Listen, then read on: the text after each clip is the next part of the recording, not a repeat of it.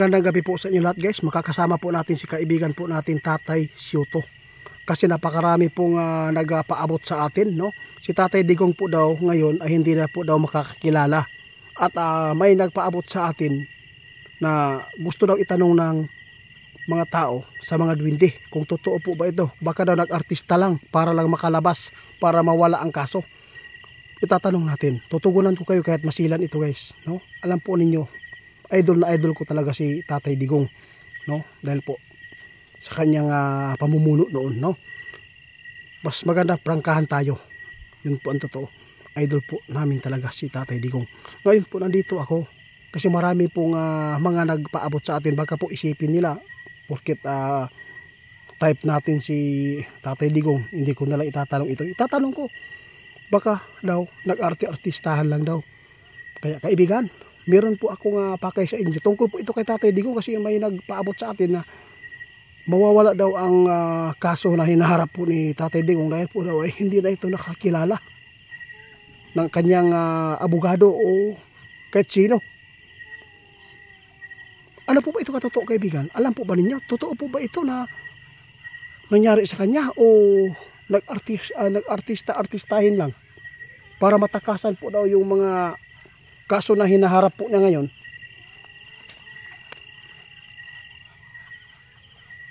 Tingnan niyo guys, oh. Walang walang pabor-pabor ito guys.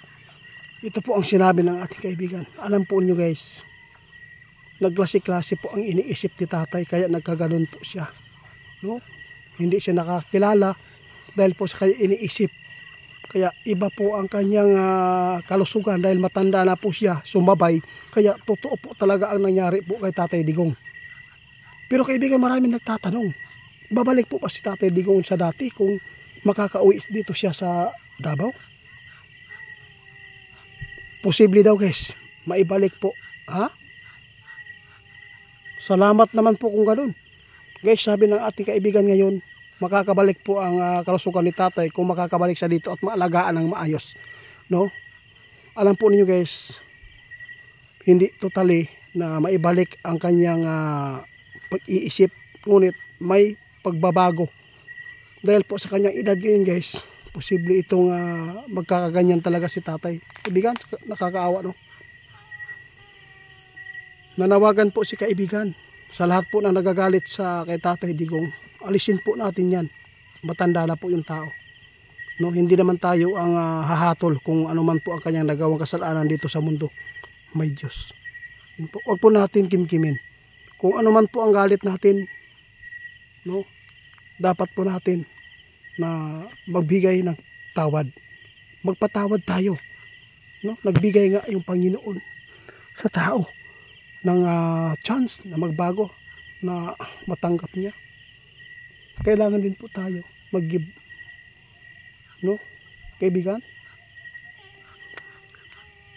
ito po ang totoo guys. Kaibigan, hindi po artista guys ang ipinapakita ng ating ex-president, no? Totoo po ang kanyang nangyayari doon dahil po sa kanyang dinanas lahat ng mga effort niya sa Pilipinas, binigay po niya.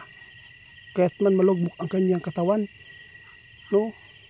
Ibinibuwis po niya ang kanyang sarili para sa bayan, para sa mga tao na safety lang. Totoo po si Tatay Digong guys, na ito po ang kanyang nangyayari po ngayon. Totoo po talaga, hindi po ito artistahin kaibigan, di ba?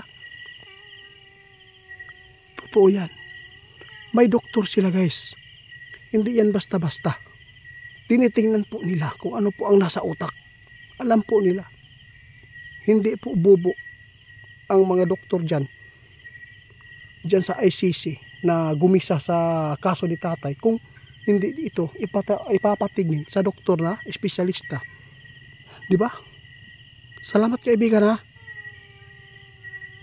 Ang ating pasalamatan sana na makabalik si Tatay Digong na buhay pa, para naman makasama po natin dito si Tatay Digong sa ating bansa.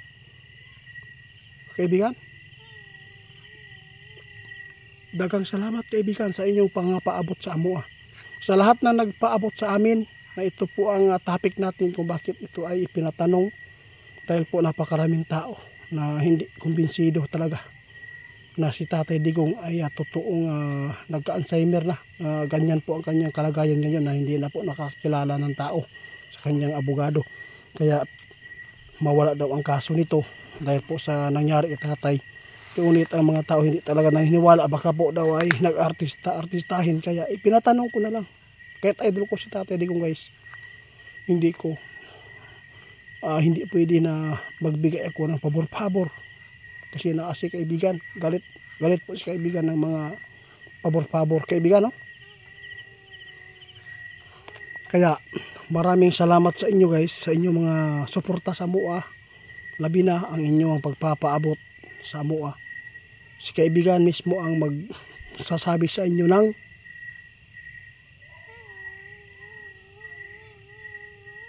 mag-ingat po daw kayo. Maraming salamat po sa inyong pagmamalasakit. Sa lahat po na nagmamahal kay Duterte, ipagpatuloy lang natin.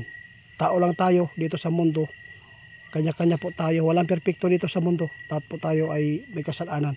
Pero kahit gaano ka pa kasama sa mundo, kung totoo kang magbago, sumunod, bukas pa rin ang pintuan patungo sa langit.